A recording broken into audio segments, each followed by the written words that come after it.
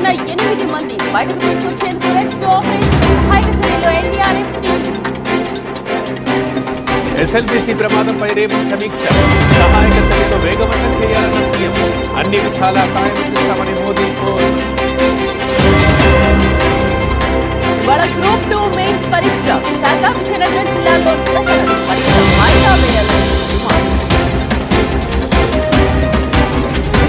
పరీక్ష వాయిదా వేయాలన్న సర్కార్. వాయిదా వేయలేమని ఏపీఎస్సీ రిప్లై. క్వాలిఫై కాని వారే కోరుతున్నారని ఆరోపణ. గ్రూప్ 2 పై సర్కార్ వైఖరిని ఖండిస్తున్న అభ్యర్థుల ప్రభుత్వం మోసం ఎదుర్కోవడానికి బాధ్యత వహించాలన్న మిర్చి రైతుల్ని ఆదుకుంటాం. ధర 11,780 కంటే తగ్గితే కేంద్రం ద్వారా కొంటాం. వ్యాపారులు సహకరించాలన్న బాబు. పలువురు ఐపీఎస్ బదిలీ. హైదరాబాద్ అదనపు డీజీగా పి. కృష్ణప్రసాద్, ప్రాజెక్ట్ డీజీగా డీజీ అంజనీ కుమార్ అభ్యాస బిల్లు రిలీజ్.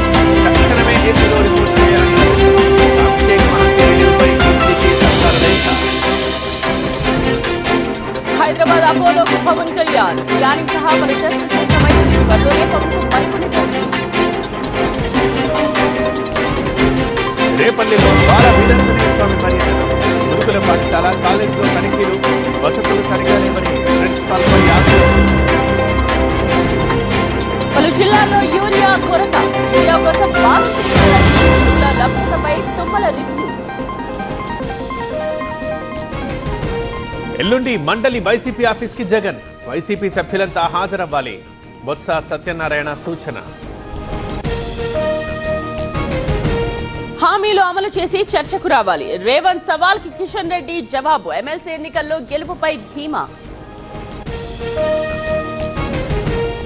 చంద్రబాబుని కలిసిన జీవీ రెడ్డి. ఫైబర్ నెట్ వివాదంపై సీఎంకి వివరణ. వివాదాలు పక్కన పెట్టి పనిచేయాలన్న సీఎం.